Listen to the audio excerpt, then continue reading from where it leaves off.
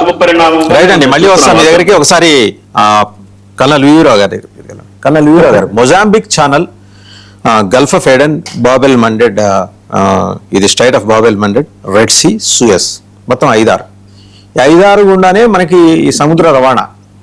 So ఈ ఎక్కడ ఈ టచ్ చేస్తూ వెళ్తుంది. దట్టు ఇది తూర్పు ఆఫ్రికా తీరానికి దగ్గరలో ఉంది, హిందూ మహాసముద్రంలో ఉంది. స్ట్రాటజిక్గా చాలా ఇంపార్టెంట్ అయిన ఈ సెషల్స్ని తన ఎత్తుగడలతోటి కబలించే ప్రయత్నం చైనా చేస్తూ వస్తుంది, ఇప్పటి వరకు చేస్తూ వస్తుంది, కమిటీ కూడా చేస్తుంది. చైనా ఏమీ ఆపదు. ప్రజెంట్ ఇండెఫినెట్, ప్రజెంట్ కంటిన్యూస్నెస్, వాళ్ళు అనంత వర్తమాన కాలం చేస్తూనే ఉంటారు. ఈ క్రమంలో దాన్ని కౌంటర్ చేయడానికి మనకి 2 అంశాలు మీద అక్రాస్ ద గ్లోబ్ అండి చర్చ జరుగుతుంది. ఎందుకంటే చైనా అది వాళ్ళది బిఆర్ఐ ఉంది, తర్వాత ఏమో డెట్ ట్రాప్. వాళ్ళు ఏంటంటే దేశాలకు అప్పులు ఇచ్చి వాళ్ళ వల్ల వేసుకోవటం, వాళ్ళ పోర్ట్లు, ఎయిర్పోర్ట్లు అన్ని స్వాధీనం చేసుకోవటం, ఆస్తులు గుంజుకోవటం. మనది అలా కాదు. మంది ఇక్కడి నుంచి కనుక చూస్తే Indo middle east economic cooperation corridor, ఐమెక్. ఇందులో ఏంటంటే ఈ దేశాలన్నింటినీ భాగస్వాములు చేసుకుంటున్నాం. అదొక ఎక్కడ సైప్రస్ దాకా వయా యుఏఈ నుంచి కనుకపోతే సైప్రస్ దాకా మనం యూరోప్ని కూడా టచ్ చేసి అక్కడ దాకా మనం వాణిజ్య బంధాన్ని బలోపేతం చేసుకుంటూ వాళ్ళని భాగస్వాములు చేసుకుంటాం. చైనా అది కబడించే ఎత్తుగడ, మనం కలుపుకునే వ్యూహం ఎత్తుగడ.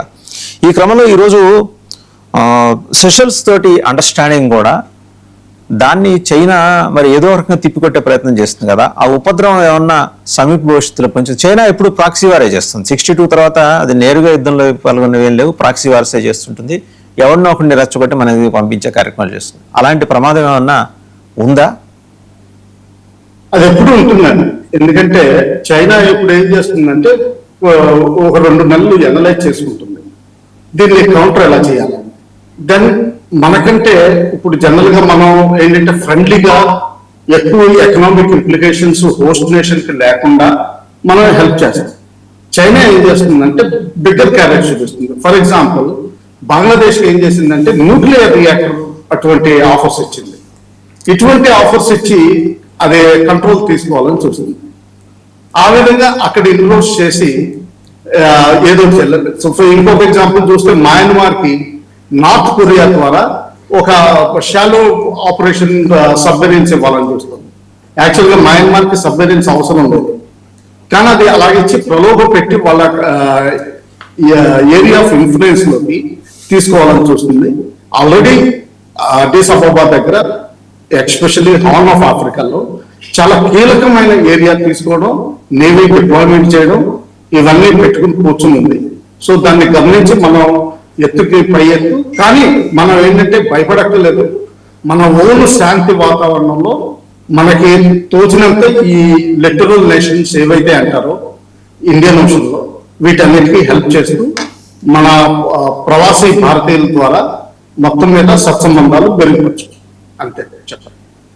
రైట్. పేకేటి గారు, ఇప్పుడు ఈ 2 అంశాలు వాడిదా బిఆర్ఐ ఇనిషియేటివ్ ఉంటుంది, మంది ఐమెక్. సరే, ఇది టేక్స్ లాంగ్ టైం, కానీ ఏంటంటే రోడ్డు మార్గము, జల మార్గము, వాయు మార్గము ఉన్న అన్నిటి ద్వారా అప్ టు సైప్రస్ దాకా వెళ్తున్నాం మనం. అంటే యూరోప్ని టచ్ చేస్తున్నాం, మధ్యలో ఈ గల్ఫ్ని చేసి అవతల పక్క చైనాకి, పాకిస్తాన్కి, బంగ్లాదేశ్ తీసి పక్కన పెట్టండి, చైనా పాకిస్తాన్కి అనుకూలంగా ఉండేవి, చైనా పాకిస్తాన్ కోసం పనిచేసే దేశాలు, కుట్రలు చేసే దేశాలు అన్నిటికీ కౌంటర్ చేయడానికి మనం ఇది పెట్టుకున్నాం ఐమెక్. అందులో అదైతే దాని ప్యారలల్గా ఏంటంటే ఇప్పుడు ఇది సముద్ర మార్గం. ఈయన అభినవ సముద్రగుప్తుడు. ఒక రకంగా అభివర్ణించాలంటే మొత్తం ఉన్న సముద్ర మార్గాలన్నింటిలోనూ కూడా మన ప్రాధాన్యాన్ని తెలియచెప్పడం కోసం అండ్ అలాగా మన ఇంపార్టెన్స్ని వాళ్ళు ఐడెంటిఫై చేసి మనతోటి కొలాబరేట్ కావడం కోసం చేస్తూ వస్తున్న ప్రయత్నాలు. అంటే మన విదేశాంగ విధానంలో బలీయమైన మార్పులు తీసుకురావడం ద్వారా శత్రు దేశాలకి అనుకూలంగా ఉండే కొన్ని దేశాలను కూడా న్యూట్రలైజ్ చేసుకుని మన దారిలోకి తెచ్చుకునే ఒక కార్యక్రమం. As rightly said by colonel Veerao, బంగ్లాదేశ్కి న్యూక్లియర్ రియాక్టర్స్ ఇవ్వడానికి మూవ్ చేస్తుంది చైనా. అండ్ మొన్ననే ఈయన వెళ్ళొస్తే, తారిక్ రహమాన్ వెళ్ళొస్తే $6 బిలియన్ అనౌన్స్ చేసింది చైనా సహాయం. వాళ్ళకి అదే ఎక్కువ. $6 బిలియన్ అంటే కనీసం 2-3 ఏళ్ళు బతికేస్తారు దాని మీద. అండ్ మయన్మార్కి అవసరం లేదు అనే విషయం స్పష్టంగా చెప్పారు కల్నల్ వీరావ్ గారు. డిఫెన్స్ రంగంలో వారు ఉన్నారు కాబట్టి నార్త్ కొరియా ద్వారా ఇప్పించడం. ఇవన్నీ ఏంటి, మనల్ని ఉక్కిరి బిక్కిరి చేసే ప్రయత్నమా, లేదు మిమ్మల్ని అంత తేలిగ్గా మేము వదిలిపెట్టడం భారత్ అని హెచ్చరించడం జీ జిన్పింగ్ చేసేది? ఎందుకంటే ఆల్రెడీ దానికి మన ప్రధానమంత్రి కౌంటర్ ఇచ్చారు. కలకత్తాలో 3 వార్షిప్స్ని ప్రధానమంత్రి కమిషన్ చేశారు. వాస్తవంగా నేవీ చీఫ్ చేయొచ్చు, లేకపోతే డిఫెన్స్ మినిస్టర్ చేయొచ్చు. ప్రధానమంత్రి అక్కడికి వెళ్ళి చెప్పారంటే ఒక మెసేజ్ చాలా బలంగా పంపించారు. అంత తేలిగ్గా నువ్వు పంపిస్తే మేము ఊరుకుంటాం అనుకోమాక, అంటే మన రాడార్స్కి చిక్కనివి పంపిస్తానంటే దాన్ని మించే వార్షిప్స్ని అక్కడ కమిషన్ చేశారు. సో కాన్స్టెంట్గా చైనా మన మీద చేస్తూ వస్తున్న ఈ కాన్స్పరీస్ని ఎప్పటికప్పుడు తిప్పికొట్టాలంటే 24/7 సరిపోదేమో. అంటే ఇక్కడ మనం చూడాల్సింది ఏంటంటే అండి, ఎప్పుడైతే ఏదైనా దేశము ఆర్థిక పురోగతి చెందుతుందో, ఇప్పుడు ఇదివరకే ఉండే బలవంతులు వాళ్ళని పైకి రానివ్వకుండా తొక్కుతూ ఉంటారు, తొక్కే ప్రయత్నం చేస్తూ ఉంటారు వాళ్ళు. సో ఇప్పుడు బలవంతంగా అంటే బలంగా వస్తున్న దేశంలో భారత్ ఒకటి అవ్వడం చేత భారత గొప్పతనం కూడా ఇప్పుడే నిజమైన పరీక్ష. అంటే మనం చెప్తారు చూడండి, ఒక డాక్టర్ కి పేషెంట్ బాగున్నప్పుడు ఏం పెద్ద పరీక్ష ఏం కాదు, పేషెంట్ క్రిటికల్ స్టేజ్ లో ఉన్నప్పుడు డాక్టర్ ఎలా ట్రీట్మెంట్ చేస్తారనేది పరీక్ష. మనకి గ్లోబల్లీ అన్ని దేశాలు, యుఎస్ నుంచి కానివ్వండి, చైనా నుంచి కానివ్వండి, మనకి అనేక రకంగా చికాకులు పెట్టే ప్రయత్నాలు జరుగుతుంటుంది.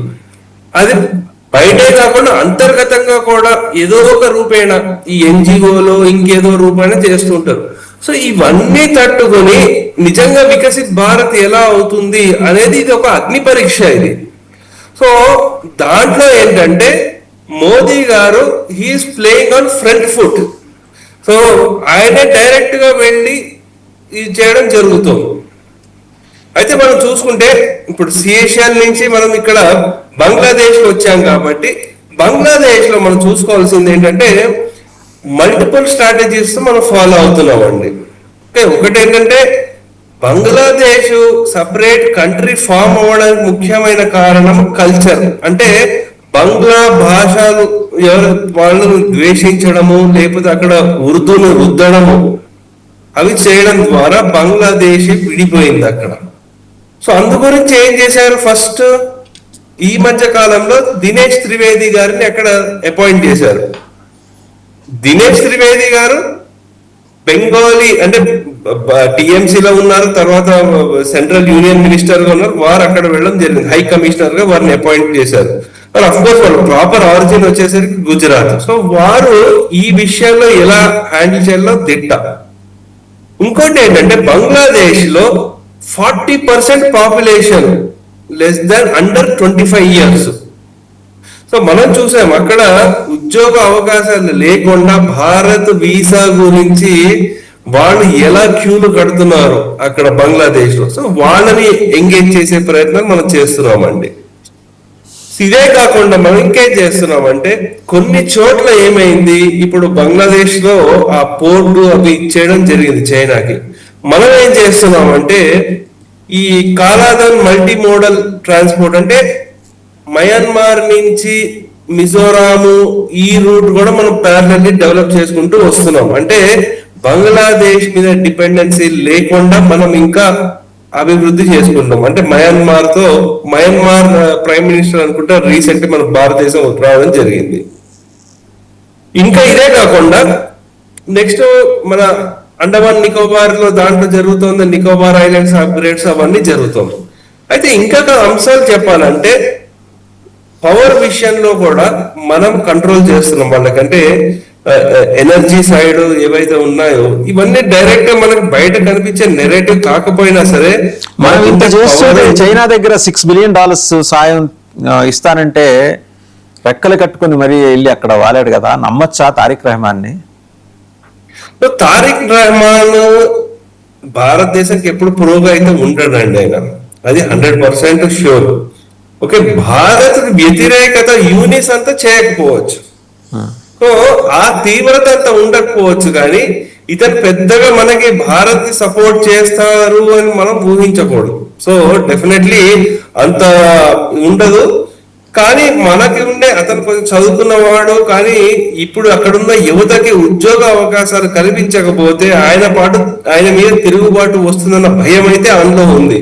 అందు గురించే షేక్ హసీనా గారు ఒక స్టేట్మెంట్ ఇచ్చారు కూడా, ఈ సంవత్సరంలో ఈ డిసెంబర్ ఆ ప్రాంతంలో నేను మళ్ళీ తిరిగి వెళ్ళిపోతాను మా దేశానికి, నాకు ప్రాణం మీద భయం ఏం లేదు అని చెప్పడం జరుగుతుంది. ఎందుకంటే ఆల్రెడీ అక్కడ ఆ టెన్షన్లు మొదలైపోయాయి. అంటే ఉద్యోగ అవకాశాలు లేకపోవడము, ఇండస్ట్రీలు కొలాప్స్ అయిపోవడము, ఎంతసేపు మతాన్ని ఆవిడ సాహసం చేస్తుందేమో, అంటే సెప్టెంబర్ అక్టోబర్కి వెళ్తానంటుంది కానీ సాహసం చేస్తుందేమో, ఎందుకంటే జమాతే ఇస్లామీ లాంటి ఉగ్రవాద మూకలు అక్కడ ఉన్నాయి కదా, ఆవిడ బతకని ఆవిడ సాహసం చేస్తున్నప్పటికీ కూడా ఆవిడకి ఎంత రాజకీయ అనుభవం ఉంది కదండి, వాళ్ళని ఎలా హ్యాండిల్ చేయాలో. ఎందుకంటే వారి తండ్రి గారి టైం నుంచి ఆవిడ ఉన్నారు రాజకీయాల్లో, తర్వాత ఆవిడ 3 టర్మ్స్ ఉన్నారు కాబట్టి డెఫినెట్లీ బ్యాక్గ్రౌండ్ లో ఏదో జరుగుతోంది. అది మనకి డైరెక్ట్ గా కనిపించకపోయినప్పటికీ డెఫినెట్లీ జరుగుతుంది. కాబట్టి ఆవిడ సాహసం చేస్తోంది. ఆవిడ దగ్గర 80 సంవత్సరాలు వచ్చింది. సో ఎలాగైనా సెటిల్ చేసుకోవాలన్న ఆ ధోరణిలో ఆవిడ ఉన్నారు. కాబట్టి దానికి తోడు యాంటీ ఇండియా రాడికల్ ఎలిమెంట్స్ ఎవరైతే ఉన్నారో అక్కడ క్లీనప్ ఎక్సర్సైజ్ కూడా అక్కడ జరుగుతోంది అక్కడ. సో అందు గురించి అది ఎలా జరుగుతోంది, ఎవరు చేస్తున్నారు ఏంటి అనేది మనం అన్ని గెస్సింగ్ గేమే కానీ ఆ డీటెయిల్స్ ఎప్పుడు బయటికి రావండి అవి. సో ఆ విధంగా ఏంటంటే మల్టిపుల్ స్ట్రాటజీస్ తో భారతదేశము బంగ్లాదేశ్ లోంచి వస్తున్న టెన్షన్ ని మనం తట్టుకుంటున్నాం. రైట్. షేక్ బాజీ గారు మీరు అంటారు బంగ్లాదేశ్ చైనా వైపు చూస్తోందా? జస్ట్ వాళ్ళు ఇచ్చే $6 బిలియన్ సాయం కోసమా, లేకపోతే వ్యూహాత్మకంగా భారత్ని తొక్కిపట్టే చైనా ఆలోచనలో భాగంగా చైనా చేతిలో పావుగా మారుతుందా? మీకు ఇక్కడ చెప్పుకోవాల్సింది ఏంటంటే ఇంత సపోర్టింగ్ నేషన్స్గా ఉన్నాం ఇస్లామిక్ నేషన్స్కి చైనా క్లెయిమ్ చేస్తుంది.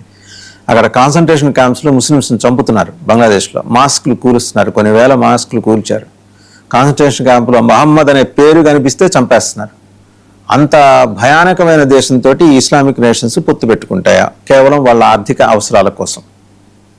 ఇప్పుడు గతంలో హసీనా ప్రభుత్వం ఉన్నప్పుడు పూర్తిగా బంగ్లాదేశ్ దాదాపు ఒక దేశాన్ని ఏర్పాటు చేసిన కృతజ్ఞతతోటి ఇండియాకి ఫేవర్ గా ఉన్నమాట వాస్తవం అండి. కానీ 2024 తర్వాత బంగ్లాదేశ్ లో ప్రభుత్వం మారిన తర్వాత పరిస్థితులు దాదాపు ఉన్నాయి.